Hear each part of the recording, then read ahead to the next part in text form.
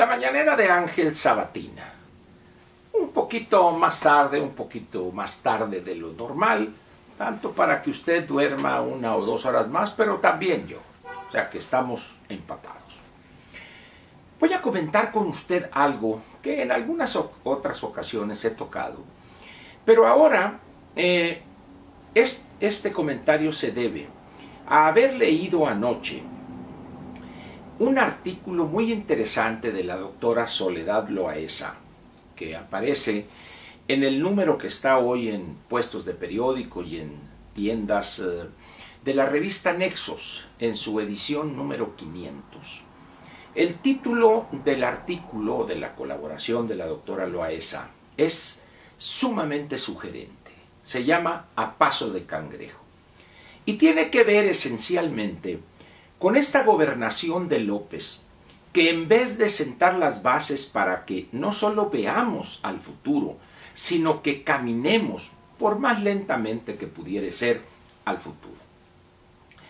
Olvídese usted de los cangrejos de Hugo Sánchez. Tome hoy como referente los cangrejos de la doctora Loaesa. Es un artículo que se lee de un tirón, claro, con un lenguaje didáctico cuyo mensaje al final queda perfectamente claro.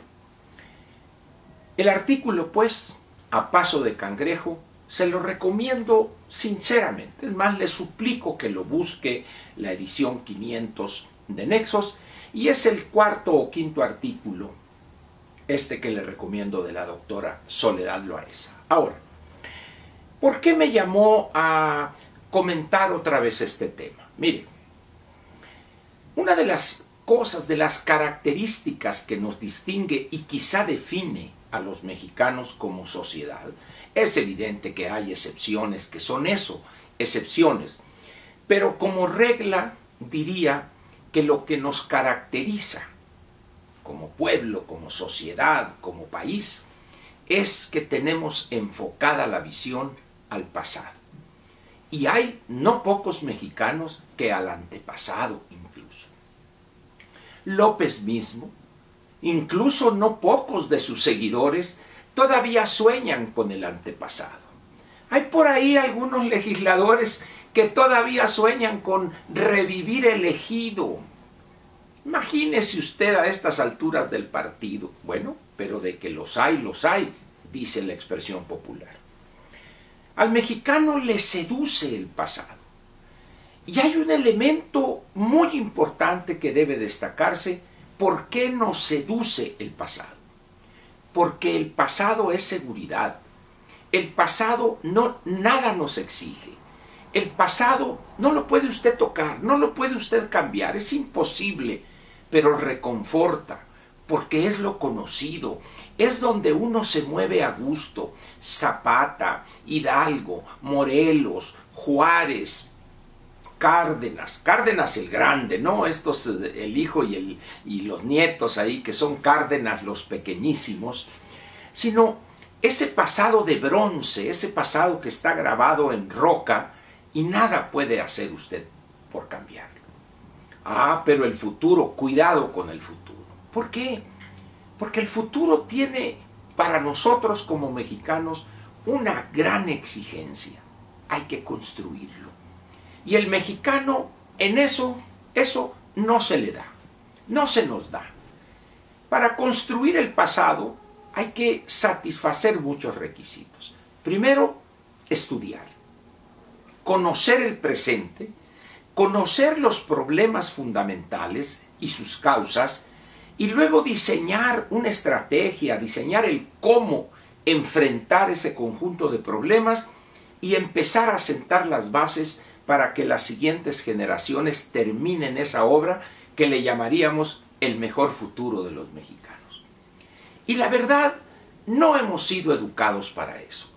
Los mexicanos desde hace muchos decenios, quizá ya de manera más acabada en el sexenio cardenista, hemos sido educados para ser no la pistola más rápida del oeste como era allá en los Estados Unidos en el siglo XIX, en pueblos donde no había ley y la única ley que existía era la ley de la muelle, la ley de la pistola. El que imponía la ley era el que sacaba más rápido la pistola y disparaba y eliminaba al adversario. En México, desde el sexenio de Lázaro Cárdenas el mayor, no este nieto, que pobrecito, nos enseñaron a ser la mano más rápida del oeste. No hay quien nos gane en eso de sacar la mano y pedir. Somos en milisegundos.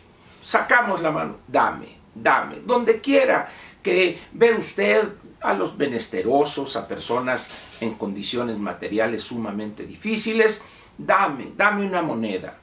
E intentan poner la cara más dolorosa y sufrida posible para enternecernos y darles la moneda solicitada. Pero luego tenemos aquel supuesto líder campesino que desde el Parlamento dice defender a los campesinos, dice querer revivir el ejido y el crédito y esto y la tecnología, etc. Él sabe perfectamente que nada de eso es posible y menos viable. Pero de eso vive. Incluso algunos se han vuelto multimillonarios con esa cantaleta. Hay otro por allá medio loquito que, usufructuando el apellido de algún antepasado, juega con él y también busca privilegios ilimitados. Y por allá no falta el enriquecido que busca en sus relaciones con el poder obtener recursos públicos a fondo perdido para mejorar las instalaciones de su explotación agrícola o pecuaria. Hay de todo.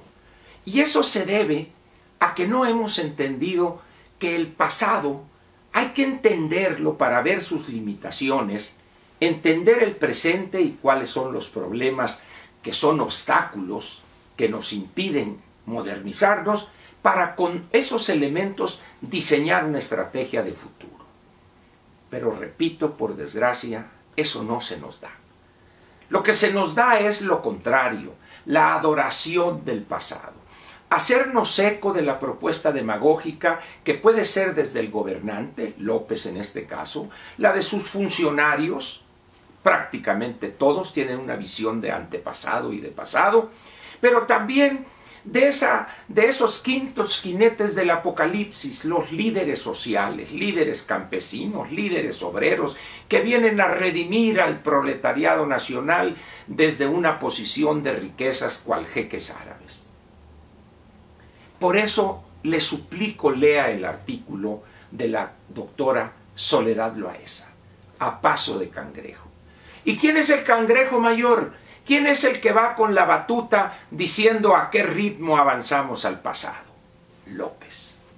Y lo peor de todo es que al ir reculando, al ir en reversa López, no se da cuenta que se encamina al precipicio.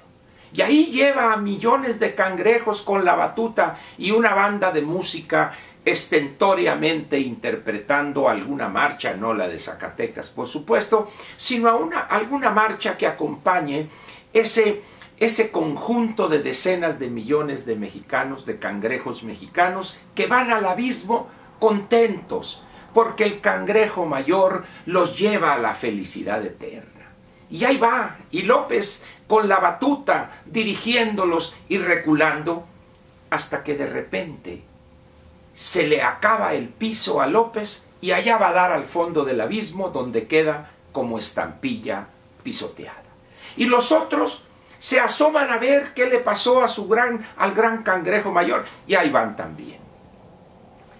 De no detener al cangrejo mayor y a esos millones de cangrejos que desde su ignorancia, pero desde esa posición cómoda de querer que todos se los den, en esa medida podrían llevarse al país entero y a su economía también al precipicio.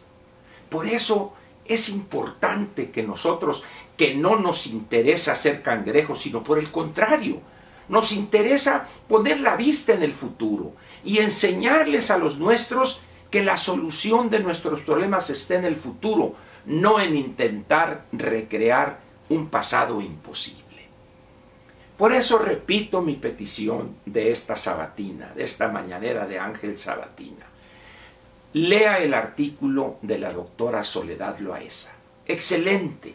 Pero también, cuando escuche usted, por desgracia, al Cangrejo Mayor, desmenuce su discurso.